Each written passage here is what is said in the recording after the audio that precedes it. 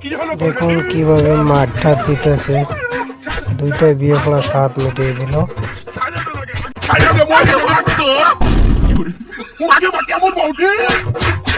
তোর কি ব্যাপার?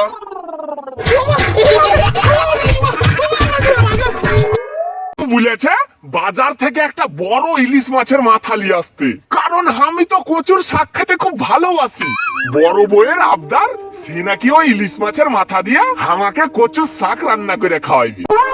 আর ছোট বউ তো বলেছে বাজার থেকে ভালো খাসা চাল কিনে নিয়ে আসতে, সে নাকি আবার সন্ধ্যাবেলায় আমাকে পায়েস রান্না করে খাওয়াইবে। সত্যি ভাই, বউরাও যে কি করে বুঝালা যে আমি কি কি খেতে ভালোবাসি। সত্যি টিঙ্কু ভাই, তুমি পৃথিবীতে এখন ভাগ্য নিয়ে জন্মালছো।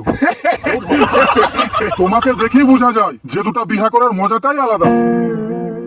শালা ভাগ্য মারাইছ, আমার মতন ভাগ্য জানে আমার শত্রুরও না হয়।